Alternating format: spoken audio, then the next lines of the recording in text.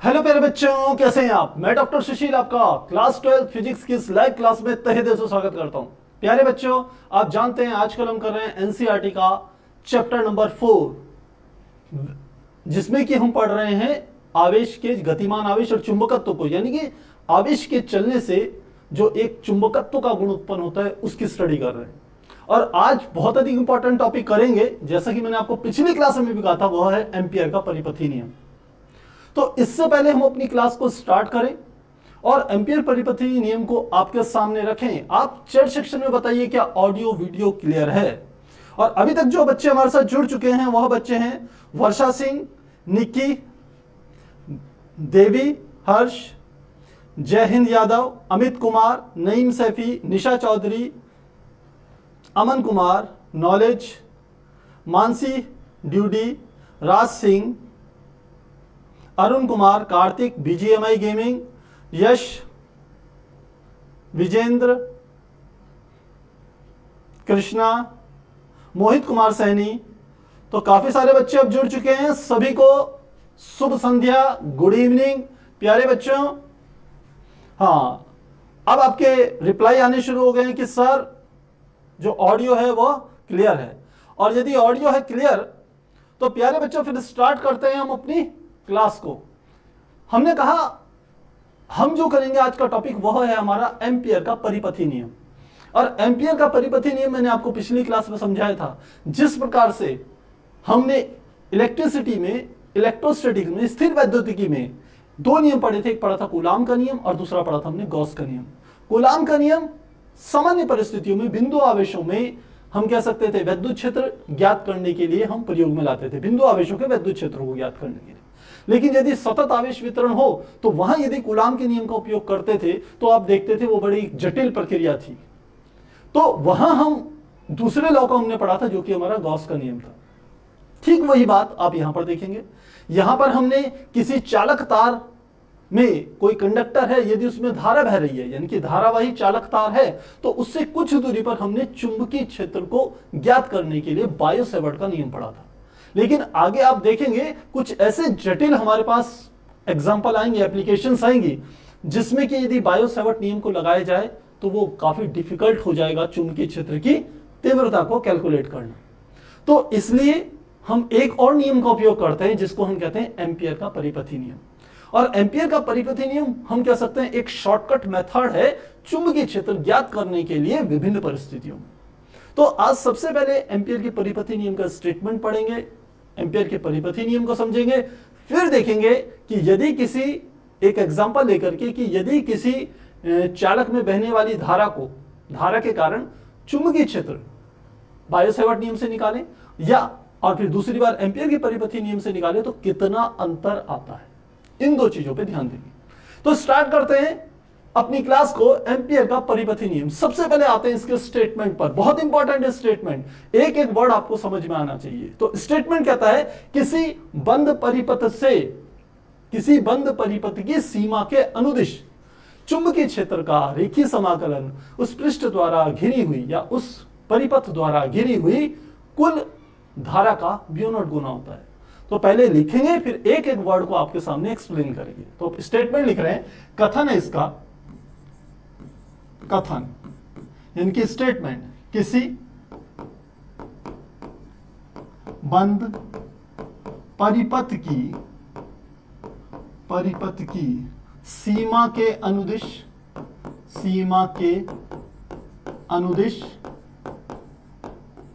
चुंबकीय क्षेत्र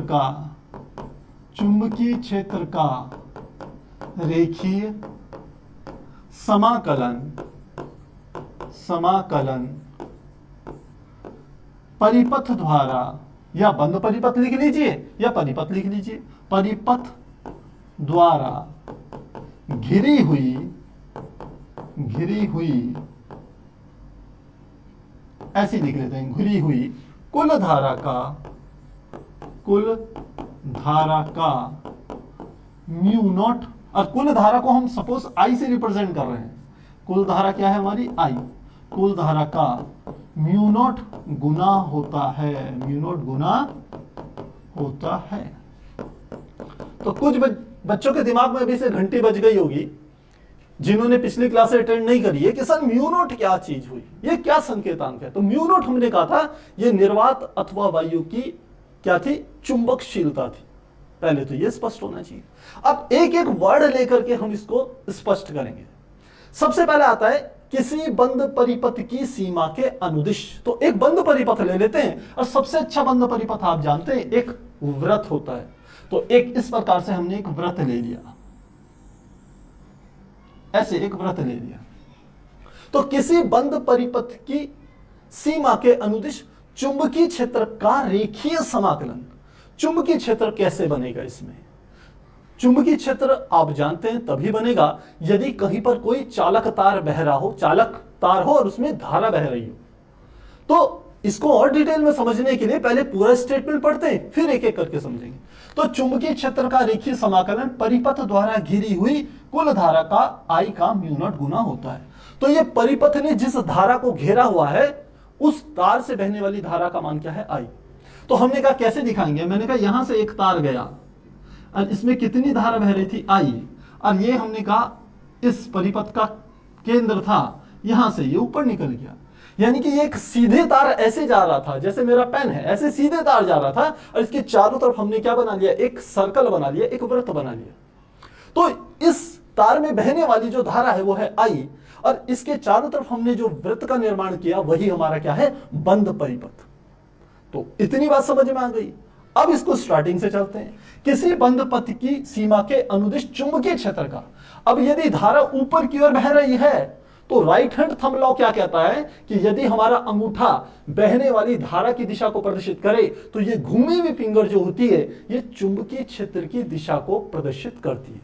तो ये हमारा क्या है, बहने वाली धारा को प्रदर्शित कर रहा है अंगूठा।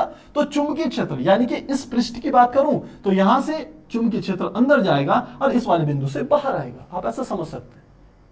तो हमने कहा यहां पर एक छोटा सा आपने घटक ले लेना है, इतना घटक हमने ले लिया,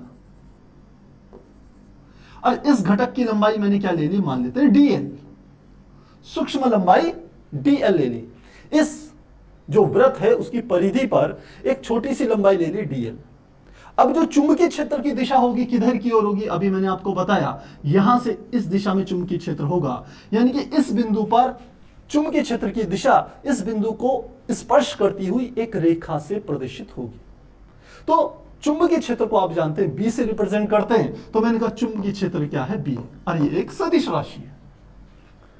दूसरी बात, ये जो रेखाखंड की लंबाई है dl, इसको भी हम एक सदिश लेते हैं। जैसे आपने क्लास 11th में हम कह सकते हैं विस्थापन सदिश पढ़ा होगा या स्थिति सदिश पढ़ा होगा, तो एक रेखाखंड की लंबाई को भी हम सदिश लेते हैं।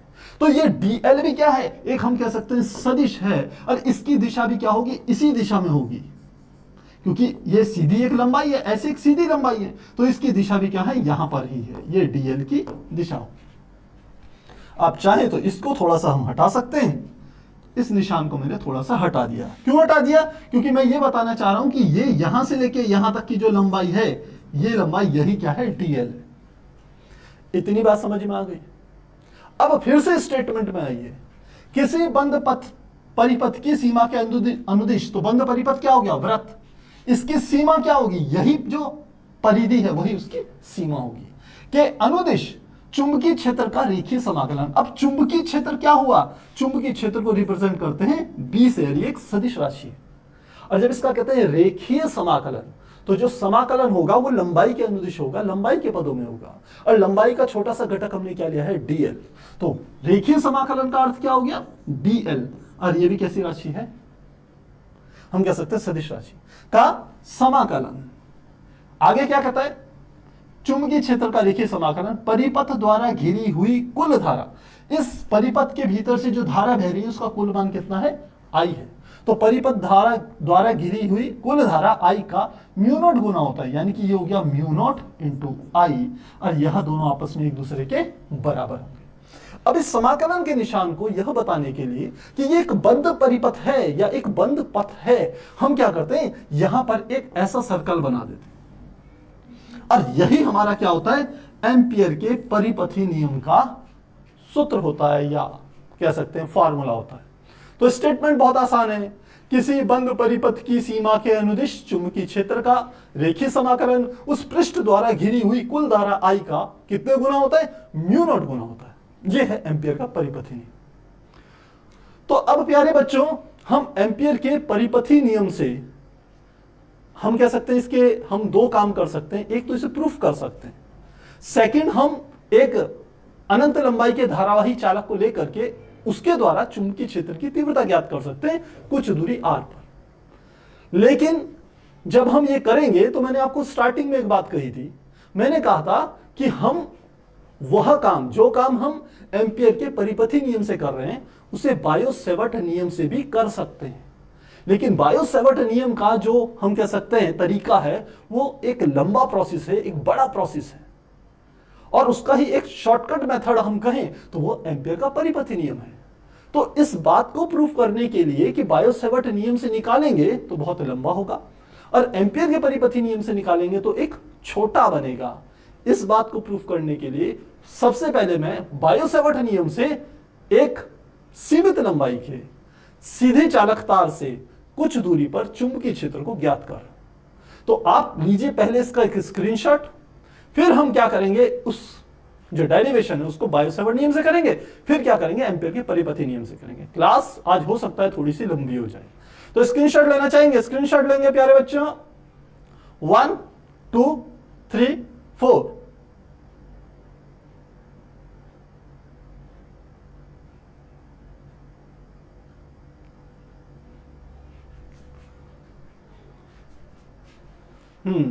यश मैंने भी वो लिख रहे हैं, डेफिनेशन लिख रहे हैं, बहुत बढ़िया बात है।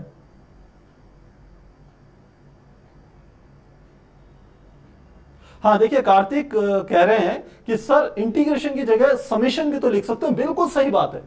इंटीग्रेशन मैंने आपको, जब यदि आपने मेरे बेसिक वीडियो देखे होंगे क्लास 12 के, मैंने वहां स्पष्ट बताया, इंटीग्रेशन का अर्थ ही है छोटे छोटे घटकों को मिला करके उनको यदि जोड़ दिया जाए तो जो हमें परिणाम मिलता है उसी को हम इंटीग्रेशन मेथड से, समाकलन विधि से प्राप्त करते हैं।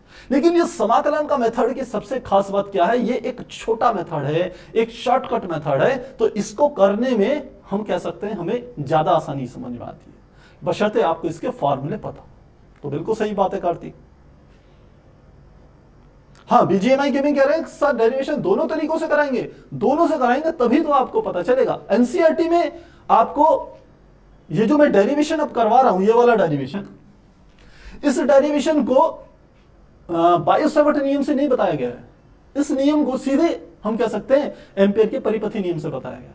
लेकिन बहुत बार एग्जाम में, बहुत सी जगहों पर, स्टेट बोर्ड में बहुत बार जो परीक्षक होता है वो यह चाहता है या क्वेश्चन में लिख लेता है कि बायो-सेवर्ट नियम से ज्ञात कीजिए। तो उस स्थिति में आपको थोड़ी परेशानी होगी। तो हम यहां दोनों डेरिवेशन आपके कराएंगे। डेरिवेशन थोड़े से लंबे जरूर होंगे आज के, क्योंकि खासकर ये वाला डेरिवेशन। तो स्टार्ट करते हैं, टाइम वेस्ट नहीं करेंगे। क्या है, परिमित लंबाई के ऋजुरेखीय धारावाही चालक के कारण चुंबकीय क्षेत्र हमें ज्ञात करना है। तो परिमित लंबाई क्या हुई, मैंने एक सीधे एक इस तरीके से ले लिया, यहां पे ले लेते हैं, ये हमने एक सीधा तार ले लिया, और इस तार के में जो धारा बह रही थी, मान लेते हैं धारा का मान क्या है, I है। एक एक बात पे ध्यान दीजिए। अब इस तार से कुछ दूरी पर, और कुछ दूरी क्या, सीधे एक डिस्टेंस ले लेते हैं, सीधे लंबवत दूरी यहां से लेके यहां तक की एक बिंदु ले लिया मैंने, और इस बिंदु का नाम मैंने क्या कह दिया, यह है P। और इस तार से, जिस जगह पर इस तार से हम दूरी ले रहे हैं, लंबवत दूरी ले रहे हैं, मान लेते हैं वह बिंदु क्या है, मान लेते हैं ये O है। तो O से P की जो लंबवत दूरी है वो है R। क्लियर हो गया। अब मुझे इस धारावाही चालक से, जो कि परिमित लंबाई का है, परिमित का मतलब फाइनाइट लेंथ, यानी कि सीमित लंबाई का, अनंत लंबाई नहीं है इसकी, तो इस सीमित लंबाई के तार जिसमें कि I धारा बह रही है, उससे R दूरी पर स्थित एक बिंदु P है, यहां पर चुंबकीय क्षेत्र ज्ञात करना है इस धारावाही चालक के कारण। तो आप कहेंगे सर बायो-सेवर्ट नियम लगाएंगे, बिल्कुल सही बात है।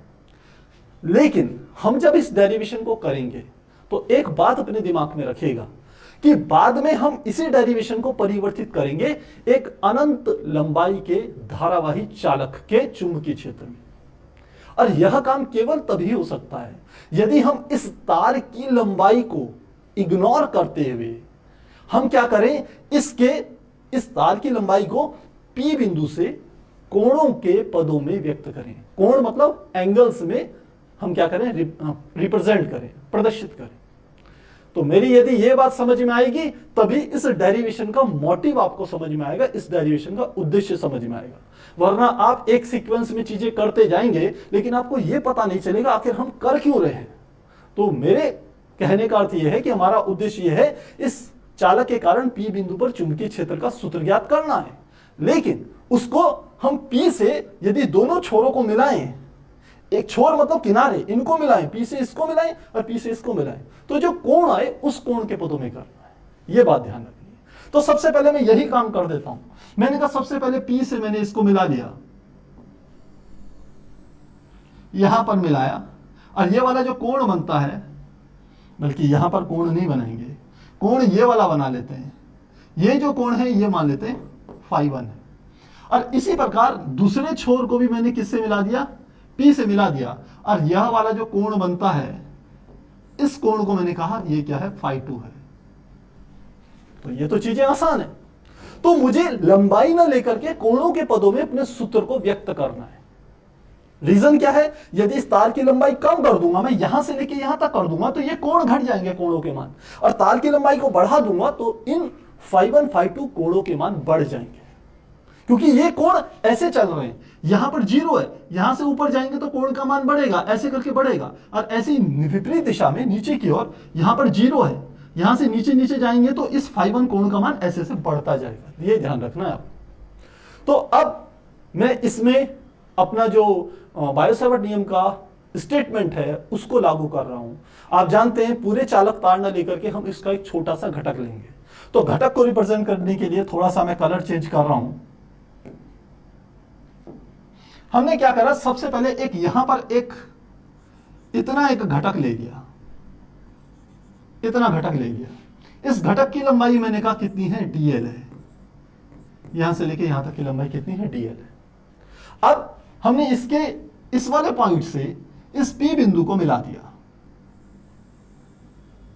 ये मैंने मिला दिया, और साथ ही इन दोनों बिंदुओं को चलिए को नाम दे देते हैं। ये O नाम है, इस बिंदु का नाम मान लेते हैं A है, और इस बिंदु का नाम मैंने मान लिया B। अब ऐसे ही B से आपको P को मिलाना है, तो B से भी मैंने इस P को मिला दिया। ये दोनों लाइनें थोड़ी सी टेढ़ी हो रही है, तो क्या करा जाए, इनको सीधी करने की तो कोई व्यवस्था है नहीं बच्चों। चलिए यहां से ले लेते हैं, शेप्स से ले लेते हैं, तो थोड़ा सा ये काम आ जाएगी। यहां से स्ट्रेट सीधी करें, ये पहली लाइन हो गई, ये दूसरी लाइन हो गई, ये दो लाइनें हो गई, अब सीधी आ गई। तो अब ध्यान दीजिए, मैंने कहा ये ऊपर वाले बिंदु को मैंने नाम क्या दे दिया, A, इस वाले बिंदु को नाम क्या दे दिया, B। अब हमने कहा इस घटक के द्वारा यहां पर जो कोण बन रहा है, देखिए हम इन वाले कोणों को φ ले रहे हैं, मेरी बात पे ध्यान दीजिएगा। तो इस वाले कोण को, इस छोटे से घटक से जो कोण बना रहा है उस कोण को मैं नाम दे रहा हूं d∅। ये वाला कोण कितना है, d∅। ध्यान रखना ये वाला कोण क्या है, d∅ है। क्लियर होगी बात। अब साथ ही मैं क्या कह रहा हूं कि ये वाला जो कोण है, इस वाले कोण को, इस कोण को मैंने नाम दे दिया थीटा। ये कोण थीटा बन रहा है यहां पर, यानी कि BAP, ये जो कोण है ये थीटा है। अब यदि BAP थीटा है तो मैं कह रहा हूं ये B वाला कोण, यानी कि ये वाला कोण, इस कोण को भी मैं कहता हूं ये भी थीटा होगा। आप कहोगे सर क्यों होगा थीटा, क्योंकि ये वाला कोण जैसे जैसे ऊपर जाएंगे थीटा का मान बढ़ेगा। यहां पर तो थीटा, सॉरी, ये वाले थीटा का मान ज्यादा होना चाहिए, थीटा का मान कम होना चाहिए। चित्र में ऐसा ही दिख रहा है, सही बात है। लेकिन हमने स्टार्टिंग में कहा ये जो DL घटक है ये बहुत सूक्ष्म है, बहुत छोटा है। वो सही से डायग्राम को प्रदर्शित करने के लिए, आपको अच्छे से समझाने के लिए इसको हमने बड़ा बनाया। तो यदि ये DL बहुत सूक्ष्म है तो A और बिंदु एक दूसरे के अत्यंत समीप होंगे, तो जितना थीटा कोण A के साथ बनेगा उतना ही थीटा कोण B के साथ भी बनेगा। तो इस बात को आपने क्या रखना है, ध्यान रखना। क्लियर होगी बात। अब दूसरी बात, हम कहते हैं कि ये वाला B और O इस बिंदु पर, यानी कि P पर, ये जो कोण अंतरित हो रहा है, ये वाला जो कोण है, इस कोण को हमने नाम दे दिया फाई। इस पूरे डेरिवेशन में ये ध्यान रखना, इधर के जितने भी कोण होंगे उनको हम फाई के पदों में व्यक्त करेंगे। इस लाइन से नीचे का कोण फाई 1, इस लाइन से ऊपर का कोण कुल कोण फाई 2, इस डीएल के द्वारा पी पर बनाया गया कोण डी फाई, और इस बिंदु पर जो कोण बना वो है फाई। इतनी बात को ध्यान रखना है। साथ ही आपको पता है ये आर है यहां ओ से लेके पी तक की डिस्टेंस। ठीक इसी प्रकार से यदि मैं कहूं कि बी से लेके पी तक की डिस्टेंस कितनी है, तो मैंने कहा मान लेते हैं ये डिस्टेंस है एक्स। तो एक्स डिस्टेंस कौन सी है आप समझ सकते हैं, बी से लेके पी तक की जो दूरी है वो है एक्स। मैं उसको ज्यादा बना नहीं रहा हूं तीर के निशानों से, वरना डायग्राम थोड़ा और जटिल दिखेगा आपको। इतनी बातें आपको समझ में आनी चाहिए, तब आप यहां से डेरिवेशन आगे शुरू करें। तो इतनी बातों को हम क्या कर रहे हैं, पहले लिख रहे हैं, फिर अपना डेरिवेशन स्टार्ट करेंगे। एग्जाम में जैसा आपने लिखना है ठीक वैसा ही आपको बता रहा हूं। तो मुझे लग रहा है ठीक है, क्लियर है, साउंड की प्रॉब्लम तो नहीं आ रही होगी ना प्यारे बच्चों, साउंड क्लियर होगी। अशोक कुमार कह रहे हैं कि सर बीएससी की फिजिक्स स्टार्ट करो। बच्चों हमारे पास 11th-12th को ही पूरा समय नहीं दे पा रहे हैं, बीएससी की स्टार्ट कर देंगे तो और परेशानी हो जाएगी। तो मैं माफी चाहूंगा, बीएससी की क्लास स्टार्ट नहीं कर पाऊंगा अभी। तो इतनी बात समझ में आ गई होगी। अब डेरिवेशन को थोड़ा लिख लेते हैं। हमने कहा माना एक तार है, एक तार के नाम ले लेते हैं, ये ए बी लिया है, इस बिंदु को सी ले लेते हैं, इस बिंदु को क्या नाम दे दिया मैंने डी। माना सी डी एक धारावाही चालक तार है जिसमें आई धारा प्रवाहित हो रही है।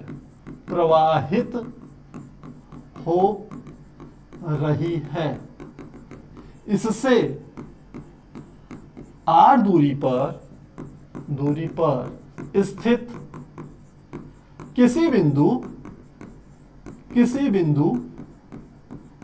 P पर चुंबकीय क्षेत्र ज्ञात करना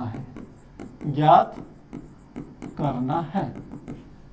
तो यही बात कही, एक सीढ़ी तार है जिसमें आई धारा बह रही है, इससे आर दूरी पर एक बिंदु है P जहां पर इस तार के कारण, धारावाही तार के कारण चुंबकीय क्षेत्र ज्ञात करना है। इतनी बात को मैंने यहां पर लिख दिया। तो लिखते हैं धारावाही तार के सूक्ष्म घटक डीएल द्वारा P पर चुंबकीय क्षेत्र किसके नियम से, बायो-सेवर्ट नियम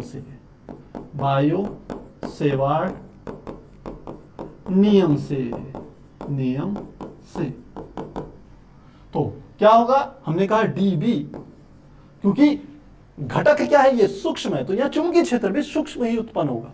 तो क्या होगा, डीबी बराबर, फार्मूला आप जानते हैं बायो-सेवर्ट नियम का, μ0/4 पाई आई यानी कि बहने वाली धारा, डीएल यानी कि घटक की लंबाई, साथ में क्या आ जाएगा साइन थीटा, और बटे इस यहां से ए बी से लेकर के पी तक की दूरी x है, इस दूरी को लेना है, घटक वाली दूरी लेनी है, अभी r की दूरी नहीं लेनी है, ये ध्यान रखिएगा। हालांकि हमें अपने जो आंसर निकालने पड़ेंगे वह r और फाई के पदों में निकालने पड़ेंगे, लेकिन अभी हम क्या ले रहे हैं, थीटा कोण ले रहे हैं। तो आई डीएल साइन थीटा बटे दूरी कितनी आ गई, x का स्क्वायर। तो इतनी बात समझ में आ रही होगी, लेकिन कुछ बच्चों के दिमाग में अभी एक खटका आया हुआ, यदि उन्होंने मेरी बायो-सेवर्ट नियम वाली क्लास देखी होगी। हमने आपको कहा था जो कोण लेना है वो ये वाला कोण लेना है, ऊपर वाला कोण,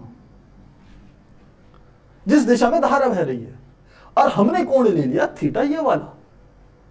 तो ये ऊपर वाला कोण कितना होगा आप खुद ही सोच लीजिए, ये वाला कोण कितना होगा। यदि ये कोण थीटा है तो ये होगा 180 माइनस थीटा, यही तो कोण होगा ना, बचा हुआ शेष कोण 180 माइनस थीटा होगा। अब यदि मैं यहां पर साइन थीटा लिख रहा हूं तो साइन थीटा की जगह 180 माइनस थीटा भी लिख सकता हूं, और यदि साइन 180 माइनस थीटा लिखूंगा तो वह भी साइन थीटा के बराबर ही होगा, क्योंकि sine 180 minus theta sine theta ही होता है। इसलिए चाहे आप ऊपर का लीजिए और चाहे इस डेरिवेशन में ये वाला थीटा लीजिए, बात एक ही होगी। तो यदि किसी के दिमाग में डाउट आएगा तो मुझे लगता है वो यहां पर क्लियर हो जाना चाहिए। अब चलते हैं आगे। मैंने ये फार्मूला निकाल लिया, इसमें मान लेते हैं यह है समीकरण 1। अब ध्यान रखिए मेरा मोटिव क्या है, मेरा उद्देश्य क्या है। मेरा उद्देश्य है कि मैं इस डेरिवेशन को इस कोणों के पदों में व्यक्त करूं। और कौन से कोण? ये φ1 तथा φ2। और φ1 φ2 क्या है? इस तार की सीमाएं हैं, एक ये सीमा है, एक ये सीमा। तो मुझे सीमाओं में बाद में बदलना है, पहले मुझे ये जो फाई कोण है और डी फाई कोण है इसके पदों में व्यक्त करना है। किसको? इस थीटा को, पहली बात। दूसरा काम होगा इस x को मैं बदलूंगा किसके पदों में? r के पदों में। ये दो काम मुझे करने हैं, तो इसके लिए अब मैं आगे का काम कर रहा हूं, मेरा ये उद्देश्य है। तो साइन थीटा को परिवर्तित करने के लिए मैं क्या करता हूं, ध्यान दीजिएगा। सबसे पहले मैं b से इस पर, ये AP पर एक लंब डाल रहा हूं, एक लंब ड्रॉ कर रहा हूं। तो लिखते हैं, यहां पर ही लिख रहा हूं, B से AP भुजा पर लंब। अब लंब का नाम क्या है? ये B है, और वो जो लंब होगा वो यहां से मैंने डाल दिया, ये लीजिए। और ये जिस बिंदु पर काटा, इस बिंदु को मैंने क्या नाम दे दिया? N नाम दे दिया। तो लंब BN डाला, BN डाल दिया, ये हो गया। अब यहां पर देखिए, यदि ये लंब है तो इसका मतलब यह वाला कोण भी 90 डिग्री का होगा और इधर वाला कोण भी 90 डिग्री का होगा। सामान्य सी बात है। तो इस वाले डायग्राम को थोड़ा मैं अलग से बता रहा हूं जिससे आपको समझ में अच्छे से आ जाए। तो क्या करा मैंने, सबसे पहले ये AP भुजा ले ली, तो मैंने ये भुजा ले ली ऐसे। ये भुजा कौन सी है? ये वाला बिंदु क्या है? A। और ये वाला बिंदु क्या है? ये है P। और यहां पर क्या था? ये AB ऐसे में था, तो AB को मैंने ऐसे में बना दिया। थोड़ा बड़ा बना रहा हूं आपको समझ में आ जाए। और ये वाला बिंदु क्या है? ये वाला बिंदु है B। और इस B से भी मैंने इस P को मिला दिया। तो B से P तक की डिस्टेंस कितनी है? X। ध्यान रखना ये दूरी कितनी है? X। और हम कहते हैं ये वाला कोण कितना है? ये वाला कोण है थीटा। और ये AB की भुजा की लंबाई कितनी है? ये है DL, यहां से लेके यहां तक की लंबाई। इसी डायग्राम को, त्रिभुज को यहां आपको समझा रहा हूं। मैंने क्या कहा? B से AP पर लंब डाला, तो B बिंदु ये हो गया और AP ये हो गया, तो लंब डाल दिया मैंने, ये एक लंब डाला। यदि लंब डालूंगा तो मैंने कहा ये बिंदु हो गया N, यह भी एक 90 डिग्री का एंगल बनेगा, यह भी एक 90 डिग्री का एंगल बनेगा, बिल्कुल बनेगा। अब मेरा काम है BN का मान निकालना है, इस वाले त्रिभुज से भी और इस वाले त्रिभुज से भी, दोनों त्रिभुज से निकालेंगे। तो सबसे पहले लिखते हैं त्रिभुज, किससे निकालेंगे? सबसे पहले ANP से, ANP से। तो ये कोण है, तो ये इसके कोण के सामने की भुजा क्या होगी? ये वाली लंब। ये कोण है तो ये वाली भुजा क्या होगी? आधार। तो ये तीसरी भुजा DL क्या होगी? ये होगी हमारी कर्ण। ये भुजा क्या होगी? कर्ण। सिंपल बात। मुझे लंब का मान निकालना है, यानी कि BN का मान निकालना है, और कर्ण मुझे पता है, तो इन्हीं दो भुजाओं का अनुपात लेंगे। बहुत से बच्चे कहते हैं मैं यहां पर साइन थीटा लूंगा, तो बच्चे कहते हैं सर कॉस थीटा क्यों नहीं लिया? अरे बच्चों, अगर कॉस थीटा लूंगा तो ये आधार AN की लंबाई को कहां से लेके आऊंगा? उसके लिए एक नया चर लेना पड़ेगा, तो वो हमारा फॉर्मूला और जटिल बन जाएगा। तो हमें DL पता है, लंब ज्ञात करना है, तो इन दोनों का अनुपात क्या होता है? लंब बटे कर्ण क्या होता है? Sine theta. तो ANP से लिखते हैं यहां पर साइन थीटा बराबर किसके हो जाएगा? BN बटे क्या आ जाएगा? AB। तो यहां से निकल गया BN बराबर AB की यहां गुणा होगी AB sine theta.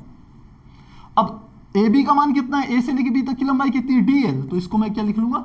DL sine theta. यह समीकरण 1 थी, इसको मैंने मान लिया समीकरण 2। एक एक चीज पे ध्यान दीजिएगा, तब डेरिवेशन समझ में आएगा। ये लंबा प्रोसेस है, क्योंकि ये किससे निकाल रहे हैं? बायो-सैवर्ट नियम से निकाल रहे हैं। तो अब मैंने कहा सेकंड ट्रायंगल लेंगे। दूसरा ट्रायंगल हमारा है त्रिभुज BNP से, BNP से। अब आप देखिए ये वाला कोण कितना था? D phi. तो ये वाला कोण कितना है? यह है D फाई। तो इसमें भी मुझे इस BN का मान निकालना है। तो अब ये लंब है, ये वाली भुजा क्या होगी? आधार। और ये X क्या है? कर्ण। इस त्रिभुज के लिए।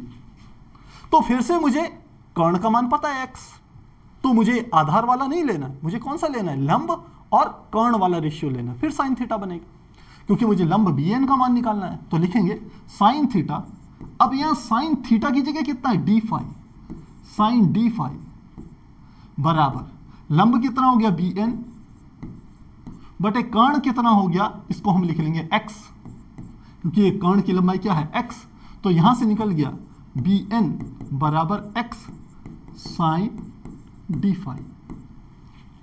और इसी को मैं क्या लिख सकता हूं, bn को, इसको लिख सकता हूं x into d phi. Sine हटा दिया मैंने। आप कहोगे सर क्यों हटाया, क्योंकि डी फाई का अर्थ है कि कोण जो फाई है, डी का मतलब वो बहुत सूक्ष्म है, और आप जानते हो साइन थीटा में कहता है कि साइन थीटा थीटा के बराबर होता है यदि थीटा का मान सूक्ष्म है। तो यहां पर एक सूत्र लागू होता है, सूत्र साइन थीटा बराबर थीटा के होगा यदि थीटा सूक्ष्म है। तो हमने गणित की इस प्रॉपर्टी को यहां पर लागू कर दिया, तो bn का मान आ गया x इंटू डी फाई, इसको मान लिया ये है समीकरण 3। अब समीकरण 2 और समीकरण 3 पे ध्यान दीजिए। समीकरण 2 भी bn का मान बता रही है, समीकरण 3 भी bn का मान बता रही है। तो समीकरण 2 कह रही है कि bn का मान dl sin थीटा है, और समीकरण 3 कह रही है bn का मान x d फाई है। इसका अर्थ है कि ये dl sin theta x d phi के बराबर होगा। तो इसी बात को लिख रहे हैं, लिखते हैं समीकरण 2 व 3 से, और इससे क्या आ जाएगा, dl sin थीटा बराबर किसके आ जाएगा, x इंटू डी फाई, इसके बराबर आ गया। इसी को मेहनत, ये dl को, ये sin थीटा को डी फाई के पदों में व्यक्त करना था, यही हमने कहा था इसका मोटिव है। तो अब यह मान dl sin थीटा का इस समीकरण 1 में रखेंगे, तो इसको मान लेते हैं यह है समीकरण 4। तो समीकरण 4 से dl sin थीटा का मान समीकरण 1 में रखने पर इस स्टेटमेंट के साथ हम आगे बढ़ेंगे। तो प्यारे बच्चों यहां ले सकते हैं आप स्क्रीनशॉट, यदि कोई डाउट है तो आप चैट सेक्शन में लिख सकते हैं। स्क्रीनशॉट लेना चाहेंगे 1 2 3 4। बहुत बढ़िया। प्रियांशु सिंह राजपूत कह रहे हैं सर क्लियर है, बहुत अच्छी बात है, बहुत बढ़िया। फोकस होकर समझेंगे तो प्यारे बच्चों आएगा समझ में। बहुत बढ़िया। अब बीजीएमआई गेमिंग कह रहे हैं सर साउंड कम हो गया, क्या किसी और को भी साउंड की प्रॉब्लम लग रही है?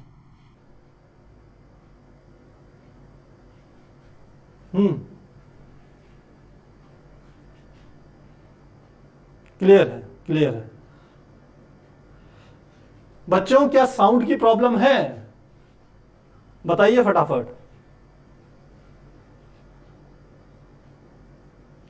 अमित यादव कह रहे हैं डायग्राम समझ। प्यारे बच्चों डायग्राम स्टार्टिंग से आपको समझा दिया है, कहीं कोई दिक्कत नहीं होनी चाहिए। नो, कोई दिक्कत नहीं है, साउंड की दिक्कत नहीं है। तो बीजीएमआई आप क्या कीजिए, फटाक से अपनी वॉल्यूम को बढ़ा लीजिए या ईयरफोन यूज कीजिए। हाँ तो कोई नहीं है, क्लियर है। हाँ तो स्टार्ट करते हैं। अब हमने इसका मान इस वाली इक्वेशन में रखना है। आज काफी लंबा डेरिवेशन है प्यारे बच्चों, ध्यान दीजिए। तो हमने कहा यह मान इस समीकरण में रखते हैं, तो लिखते हैं समीकरण 4 से dl sin थीटा का मान समीकरण 1 में रखने पर तो मान रखते हैं वो आ जाएगा dB बराबर mu not upon 4 pi I into, अब dl sin थीटा का मान कितना आया था, यहां पर आपको दिखा दें, dl sin थीटा का मान आया था x इंटू डी फाई, ये मान रखना है।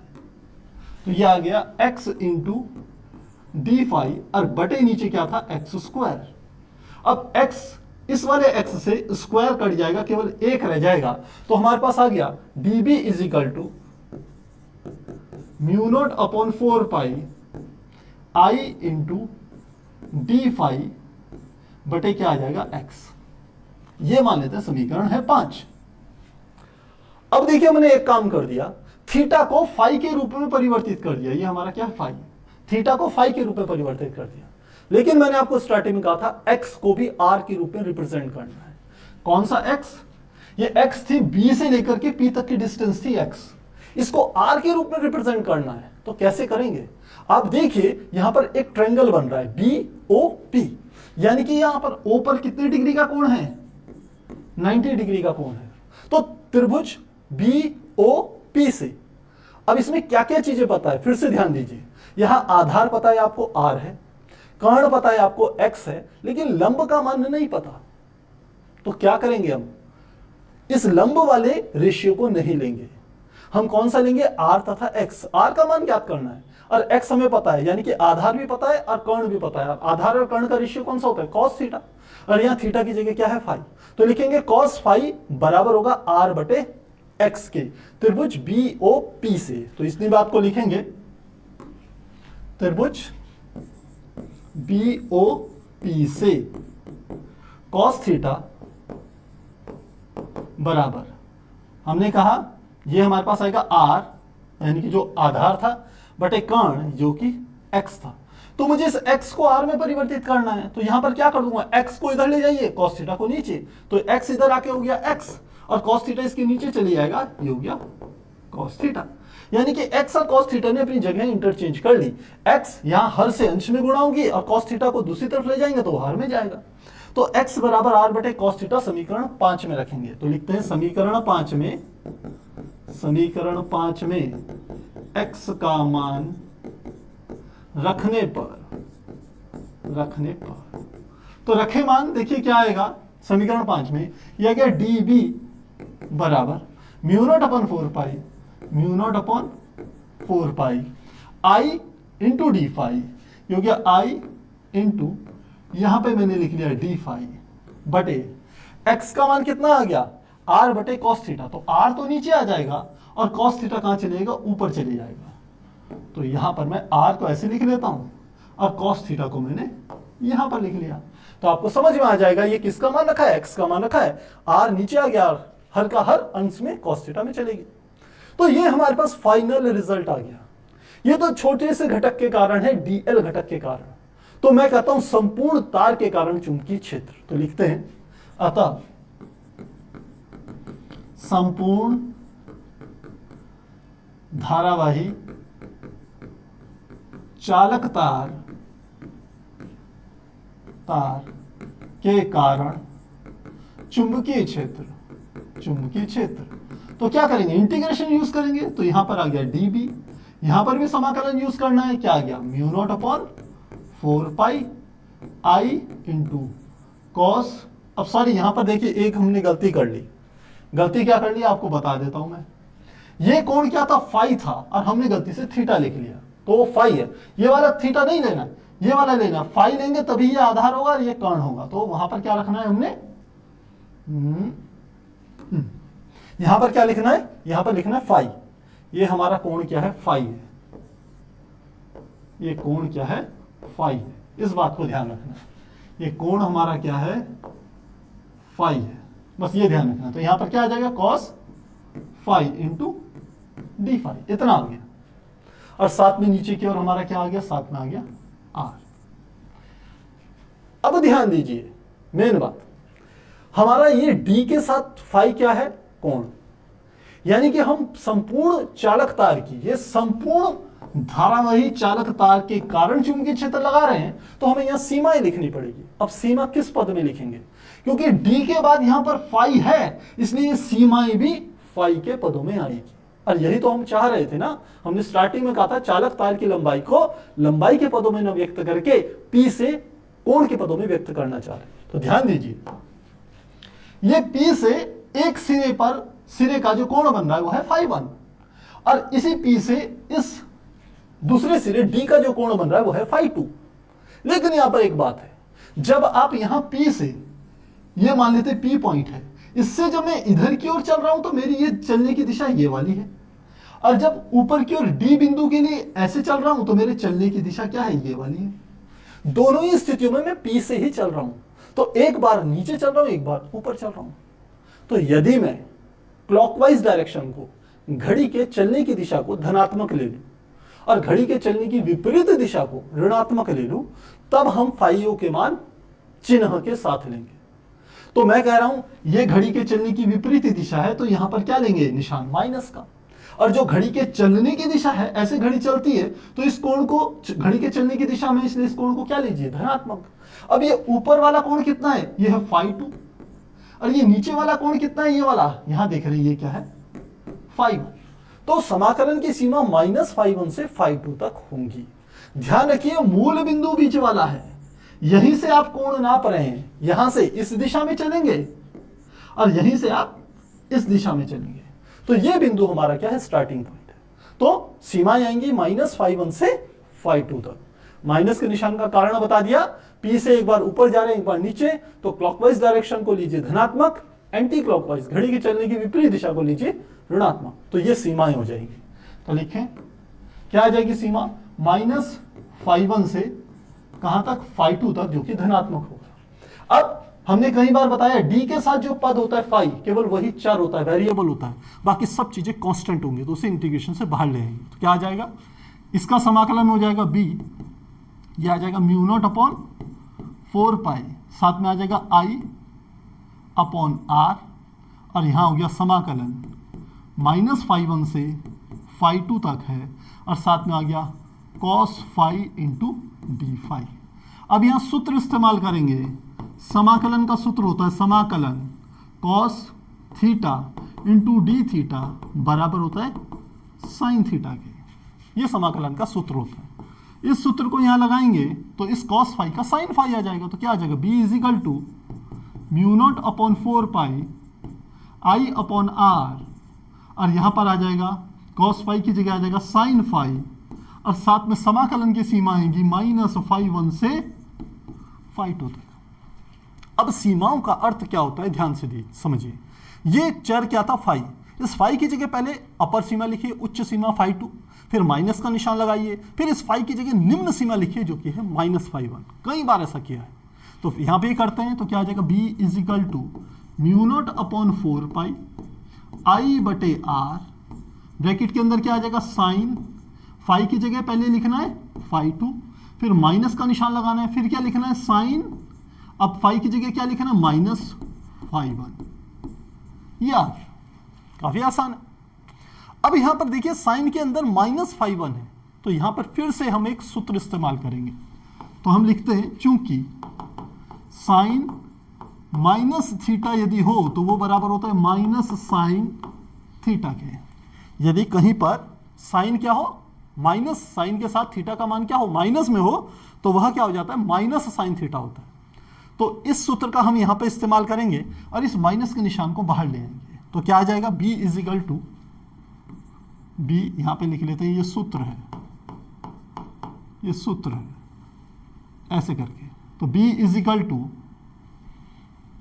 इसको भी थोड़ा नीचे ले आए, b = μ0/4π I/r, μ0/4π I/r, साइन φ2, अंदर क्या आ गया, साइन φ2, इस माइनस की माइनस में गुणोंगे तो प्लस हो जाएगा, प्लस साइन φ1, ये आ गया। यानी कि सीधे सीधे लिखें तो b = μ0/4π I/r, यहां पर लिख लेंगे साइन φ1 प्लस साइन φ2, और यही हमारा क्या हो गया, सूत्र आ गया। तो ये सूत्र जो हमने ज्ञात करा, ये करा है सीमित लंबाई के लिए। अब यदि आप लंबाई अनंत लेना चाह रहे हैं, किसकी लंबाई अनंत, जो चालक तार लिया था, CD तार, कौन सा तार, ये वाला चालक तार, C से लेके D, इस चालक तार को मैं अनंत ले लूं, अनंत मतलब इस OP यानी कि R दूरी की तुलना में ये जो CD है ये बहुत बड़ी है। यदि ऐसी स्थिति में होगा तो आप थोड़ा सा मेरी बात पे ध्यान दीजिएगा। यदि मैं इस चालक तार को आगे बढ़ाऊं, यहां पर भी और ऊपर भी, तो क्या होगा, यहां से मैं इसको जब मिलाऊंगा तो जैसे जैसे मैं मिलाता जाऊंगा वैसे वैसे इस कोण का मान φ1 का मान बढ़ता जाएगा। और यदि चालक तार अनंत स्थिति पर होंगे तो φ1 का मान भी 90 डिग्री होगा और φ2 का मान भी 90 डिग्री होगा। मेरी बात पे ध्यान दीजिएगा, जो मैं कह रहा हूं, मैंने कहा यह मेरे पास एक चालक तार है, ये मैंने इसके समीप में यहां पर एक बिंदु ले लिया P, चालक तार को थोड़ा और बड़ा बना दिया। अब मैं कहूं P से इसको मिलाइए, इस सिरे को, और P से इस सिरे को मिलाइए, ये जो कोण बन रहे हैं यहां से इस वाली लाइन के साथ, ये जो कोण बनेंगे, ये वाले कोण, ये कोण 90 डिग्री के होंगे, और ऐसे ये वाला कोण भी कितने का होगा, 90 डिग्री का होगा। मेरी इस बात को आप क्या करिए, कॉपी पर बना करके देखिएगा, चेक कीजिएगा, तभी ये बात आपको समझ में आएगी, वरना बच्चे यहां कंफ्यूज हो जाते हैं। तो यदि तार की लंबाई अनंत हो तो φ1 बराबर भी 90 होगा, φ2 बराबर भी 90 होगा। इस कंडीशन को रखेंगे। तो लिखते हैं, यदि विशेष स्थिति क्या है, पहली, यदि चालक तार की लंबाई अनंत हो, देखिए फ्रेम में आ रहा है, हाँ ठीक है, आ रहा है यहां तक, अनंत हो तो φ1 बराबर भी 90 और φ2 बराबर भी क्या होगा, 90 होगा। ये दोनों मान यहां रख दूं तो क्या आ जाएगा, b बराबर μ0 upon 4 pi I upon r, sine 90 का मान कितना हो जाएगा, 1, तो लिख लेंगे, यहां पर लिख लेते हैं साइन 90 प्लस साइन 90, इसका मान भी 1, इसका मान भी 1, यानी कि टोटल कितना हो गया, 2। तो b का मान कितना आ गया, b बराबर μ0 upon 4 pi 2i upon r। इस तरीके से हमारा ये मान निकल जाएगा। या आप इसको ऐसे भी लिख सकते हैं, b इज इक्वल टू, ऊपर के 2 से नीचे का 2 काट दीजिए, तो μ0 upon 2 pi i upon r, ऐसे भी लिख सकते हैं। तो क्लियर होगी ये वाली बात। सेकंड इसका केस बहुत बार जो एग्जाम में पूछ लिया जाता है, यदि P बिंदु एक छोर पर स्थित है, तो सेकंड केस क्या लिख रहे हैं, यदि P तार के एक किनारे पर स्थित हो, किनारे पर स्थित हो।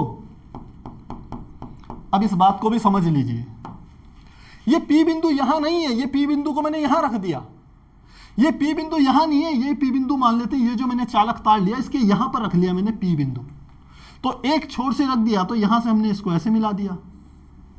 तो ये वाला छोर में, क्योंकि कोण तो इस वाले बीच से ही घूम के बनता है ना, और वही वाला P के सामने आ गया, तो θ1 क्या हो गया, 0, और दूसरा वाला क्योंकि अनंत लंबाई का है तो θ2 क्या हो जाएगा, 90।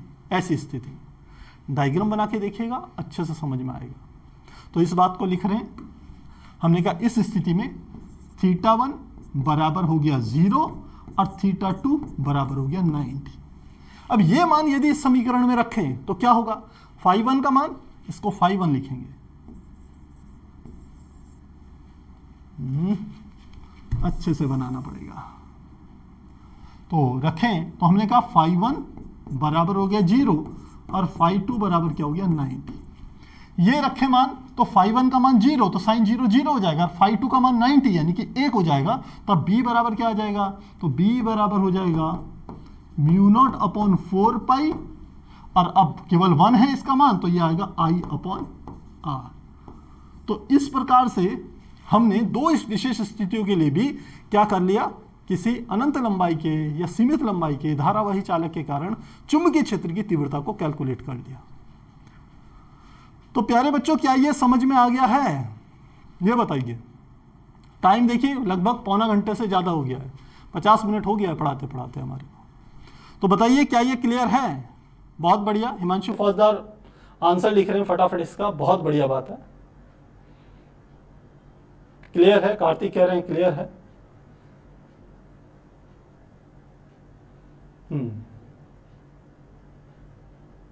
कुंदन कह रहे हैं मजा आ गया, बहुत अच्छी बात है, पढ़ाई में मजा आ रहा है यदि। तो मैक्सिमम बच्चों के कह रहे हैं क्लियर है, कोई दिक्कत नहीं है, बहुत बढ़िया बात है। यदि बच्चों कहीं पर थोड़ा सा डाउट भी हो तो वीडियो को बाद में रिपीट करके देखिएगा, आपको अच्छे से समझ में आएगा। काफी कोशिश करी हमने डिटेलिंग में जाकर के पढ़ाने की। तो ये हमने क्या निकाल दिया, चुंबकीय क्षेत्र निकाल दिया धारावाही चालक के कारण। अब चलते हैं अपने डेरिवेशन की तरफ। ये हमने एम्पियर का परिपथी नियम निकाला था। अब पहले तो एम्पियर के परिपथी नियम को सिद्ध कर लेते हैं। चलिए आज की क्लास में सिद्ध करते हैं, और जो हमने अभी डेरिवेशन करा है उसको एम्पियर के परिपथी नियम से अगली क्लास में करेंगे, क्योंकि इसको प्रूफ भी बहुत बार आपसे पूछ लिया जाता है। तो पहले सिद्ध कर लेते हैं। चलिए इसको तो लिखते हैं एम्पियर के परिपथीय नियम की उपपत्ति यानी कि इसको प्रूफ कर रहे हैं। तो कैसे करेंगे? हमने एक धारावाही चालक ले लिया इस तरीके से, जैसा हमने एम्पियर के परिपथी नियम में लिया था। हमने इस तरीके से एक धारावाही चालक तो इसके भीतर से जाएगा, इस तरीके से धारावाही चालक जाएगा, ये इसका केंद्र हो गया, यहां से चली गया, और इस चालक में कितनी धारा बह रही है? I धारा बह रही है। मुझे प्रूफ करना है एम्पियर के परिपथी नियम को, ध्यान दीजिएगा। तो मैं क्या कर रहा हूं, मैंने कहा एक धारावाही चालक है, उससे r दूरी पर हमने कहा कोई एक बिंदु ले लिया मैंने, एक बिंदु P। इस O बिंदु से P तक की जो दूरी है वो कितनी है? R। यदि धारावाही चालक में धारा ऊपर बह रही है तो राइट हैंड थंब लॉ कहता है यदि चालक में धारा ऊपर है तो ये घूमी हुई उंगलियां चुंबकीय क्षेत्र की दिशा को प्रदर्शित करेगी। तो चुंबकीय क्षेत्र यहां से जो बहेगा उसकी दिशा क्या होगी? चुंबकीय क्षेत्र की दिशा इधर की ओर होगी, यानी कि चुंबकीय क्षेत्र B की दिशा ये होगी। हम क्या कर रहे हैं, यहां पर एक छोटा सा घटक ले रहे हैं लंबाई का, और इस घटक की लंबाई मैंने क्या कहा? ये क्या है? dl के बराबर है। और इस घटक की दिशा भी इसी दिशा में होगा। इससे पहले मैंने आपको ये बात समझाई है। तो घटक की दिशा भी इसी दिशा में है, यानी कि dl की जो दिशा है वह भी क्या है? ऊपर की तरफ है। b की दिशा भी ऊपर और इस dl घटक की दिशा भी ऊपर। तो अब मुझे यह प्रूफ करना है कि जो चुंबकीय क्षेत्र का रेखीय समाकलन इस पृष्ठ से गुजरने वाली धारा I के म्यू नॉट गुना होगा, यह प्रूफ करना है। तो करते हैं, देखिए बहुत आसान है। हम कहते हैं क्योंकि एम्पियर का परिपथी नियम, एम्पियर या स्टार्टिंग करते हैं, एम्पियर के नियम से, और एम्पियर का नियम क्या कहता है? समाकलन B इंटू dl बराबर होना चाहिए म्यू नॉट इंटू I के। यदि मैं बायां पक्ष लेकर के दायां पक्ष निकाल दूं तो यह सिद्ध हो जाएगा। तो लिखते हैं बायां पक्ष लेने पर,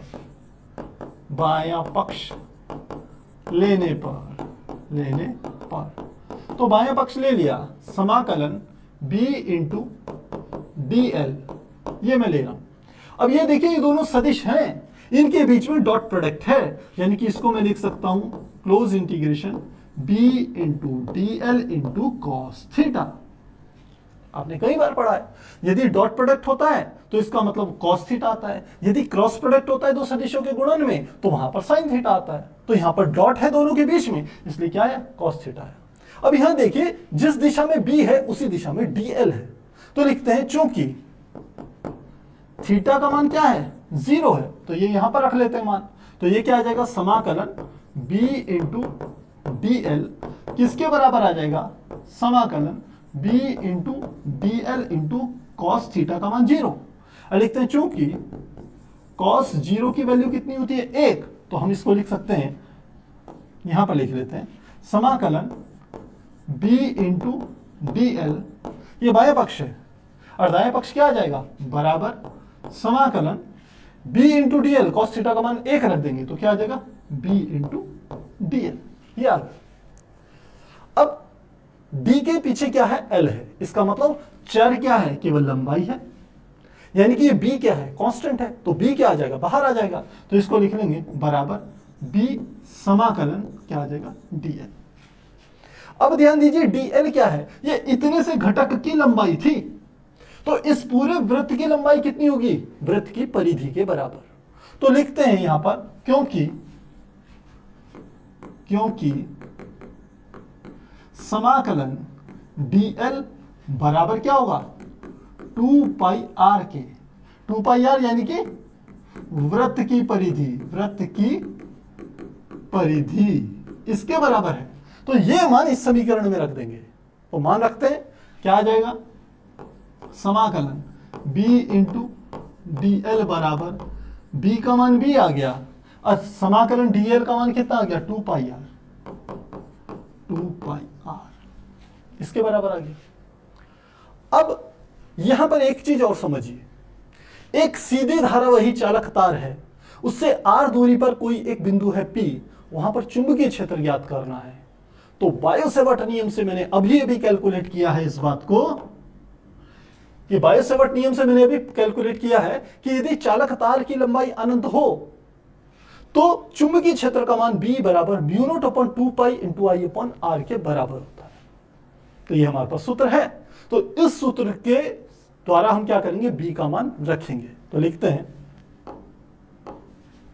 हम लिखते हैं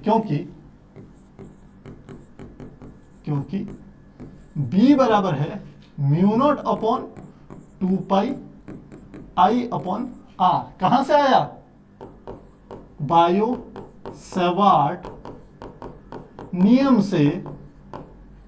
से अनंत लंबाई के धारावाही चालक से आर दूरी पर चुंबकीय क्षेत्र का मान ये है। तो ये मान इस समीकरण में रख देते हैं, तो मान क्या आ जाएगा, समाकलन यह आ जाएगा B इंटू डी एल बराबर B का मान क्या आ गया, mu not upon 2 pi into I बटे आर मल्टीप्लाई क्या है 2 पाई आर। इस 2 पाई से आर से 2 पाई आर कट जाएंगे तो क्या आ जाएगा, समाकलन B इंटू डी एल बराबर हो गया म्यू नॉट इंटू आई, और यह हमारा क्या हो गया, प्रूफ हो गया। तो इस प्रकार से प्यारे बच्चों हम एम्पियर के परिपथी नियम को प्रूफ कर सकते हैं। यहां पर भी हमने जो पीछे का डेरिवेशन था वो यूज में लाए और उसको हमने करके दिखाया। तो मुझे लगता है ये चीज काफी आसान है। आप एक बार स्क्रीनशॉट लीजिए और बताइए क्या ये बात समझ में आपको आ गई है। स्क्रीनशॉट लेना चाहेंगे, स्क्रीनशॉट लेंगे 1 2 3 4।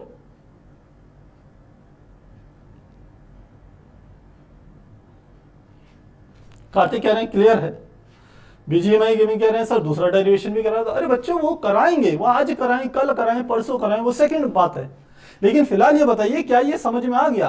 हाँ हिमांशु लिख रहे हैं left hand side right hand side इति सिद्धम।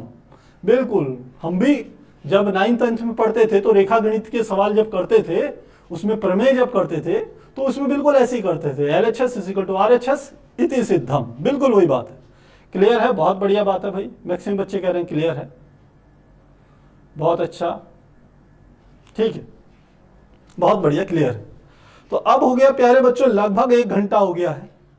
अब यदि हम उस चीज को क्लियर करें तो समय तो खैर ज्यादा नहीं लगेगा, चलिए कर ही लेते हैं। अब चलते हैं इस डेरिवेशन के कारण अनंत लंबाई के सीधे धारावाही चालक के कारण चुंबकीय क्षेत्र।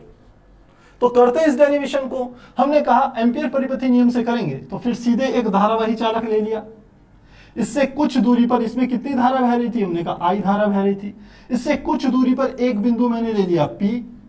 यहां से इस P की जो दूरी है, ये दूरी कितनी ले ली मैंने, ये दूरी है हमारी R, यहां से लेके यहां तक की R है। अब मैं कहता हूं इस धारावाही चालक से R दूरी पर स्थित एक बिंदु P है, यहां पर चुंबकीय क्षेत्र की तीव्रता को ज्ञात कीजिए। किस नियम से, एम्पियर के परिपथी नियम से। तो ठीक है, एम्पियर के परिपथी नियम से करते हैं। पहले इतनी बात को लिख लेते हैं, माना अनंत लंबाई के धारावाही चालक तार से R दूरी पर स्थित किसी बिंदु P पर चुंबकीय क्षेत्र ज्ञात करना है। तो चुंबकीय क्षेत्र ज्ञात करना है तो एम्पियर का परिपथी नियम लगाना पड़ेगा। एम्पियर का परिपथी नियम लगाना है तो आपको एक बंद परिपथ की रचना करनी पड़ेगी। तो मैंने ये वाला बिंदु मान लेते हैं O है, तो O को केंद्र मानते हुए R त्रिज्या का हमने क्या कर लिया, एक वृत्त बना लिया, ऐसे करके एक वृत्त बना लिया। तो ये क्या हो गया, एक बंद परिपथ हो गया। इसको बंद ही कर देते हैं, चलिए ये हमने इसको बंद कर दिया, चलिए बंद परिपथ बना दिया। अब आपने बंद परिपथ बना दिया तो क्या हो जाएगा, अब हम यहां पर किसका इस्तेमाल करेंगे, एम्पियर के परिपथी नियम का। उसके लिए सबसे पहले P बिंदु पर इतने में हमें एक घटक लेना पड़ेगा, इतनी लंबाई का, और इस लंबाई का घटक मैंने क्या ले लिया, dl ले लिया। चुंबकीय क्षेत्र की दिशा क्या होगी, चुंबकीय क्षेत्र की दिशा, फिर से राइट हैंड थंब लो, चालक में बहने वाली धारा की दिशा क्या है, अंगूठे की दिशा। तो ये घूमे हुए फिंगर चुंबकीय क्षेत्र की दिशा को प्रदर्शित करेगी। तो चुंबकीय क्षेत्र इस P बिंदु पर किधर की ओर होगा, ऊपर की ओर होगा। ये dB की डायरेक्शन ये होगी, और जो dl है लंबाई का घटक, उसकी दिशा भी इधर ही होगी, ये dl भी इसी दिशा में होगा। सामान्य सी बात है। तो बस ये नियम लगाते हैं, तो लिखते हैं एम्पियर के, माना पहले इस चीज को लिख लेते हैं, माना P से होते हुए R त्रिज्या के एक वृत्त की रचना की। तो अब परिपथ तो बन गया, तो लिखते हैं एम्पियर के परिपथी नियम से। तो यहां लिख लेते हैं एम्पियर के परिपथी नियम से, परिपथी नियम से। और एम्पियर का परिपथी नियम कहेगा कि इस बंद परिपथ की सीमा के अनुदिश चुंबकीय क्षेत्र B का रेखीय समाकलन। तो बायां पक्ष क्या कहता है, समाकलन B इंटू dl बराबर किसके होगा, μ0 इंटू I के। अब हमने इसको सॉल्व करते जाना है, दाएं पक्ष को ऐसे ही रहने देना। तो करते हैं इसको सॉल्व। तो समाकलन B को, तो B इंटू dl है, तो B इंटू dl इंटू क्या आ जाएगा, cos थीटा बराबर किसके आएगा, μ0 इंटू I के। अब हमने कहा cos थीटा का मान कितना है, यहां आप देख रहे हैं जो B की डायरेक्शन वही dl की डायरेक्शन है, तो लिखते हैं चूंकि थीटा बराबर क्या है, 0, तो cos 0 बराबर होता है 1, ये मान यहां रखें।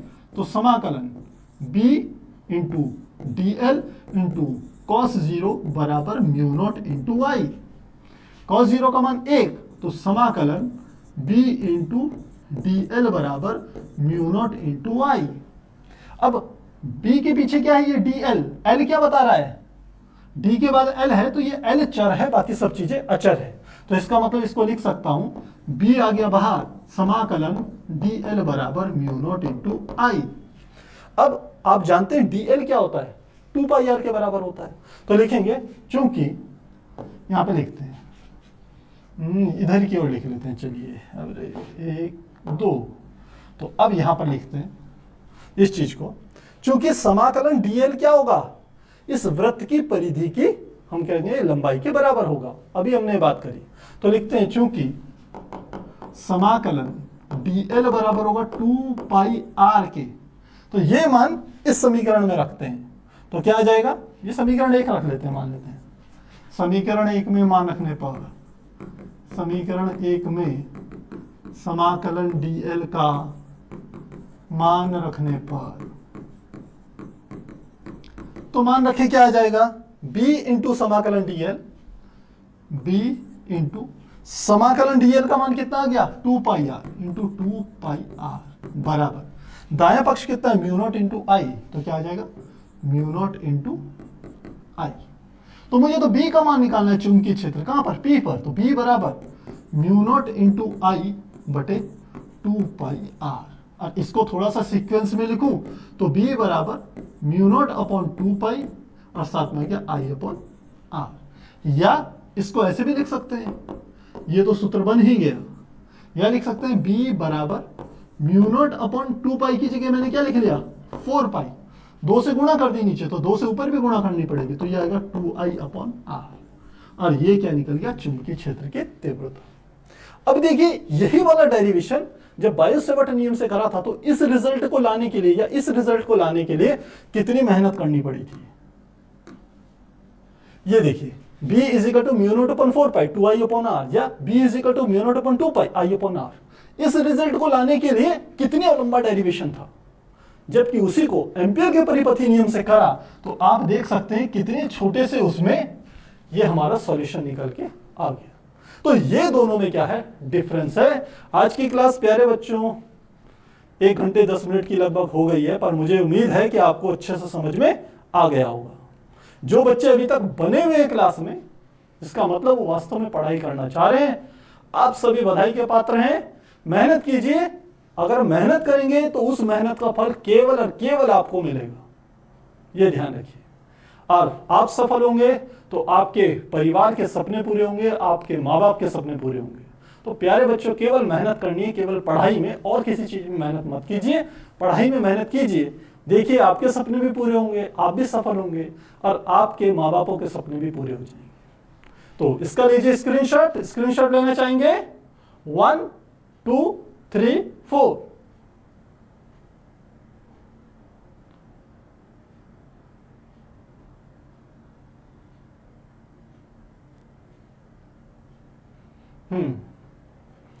मुझे लग रहा है स्क्रीनशॉट हो गया होगा।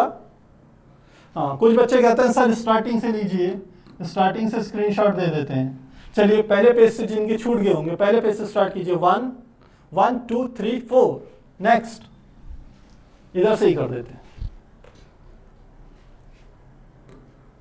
स्क्रीनशॉट लेंगे 1 2 3 4। नेक्स्ट पेज का 1 2 3 4।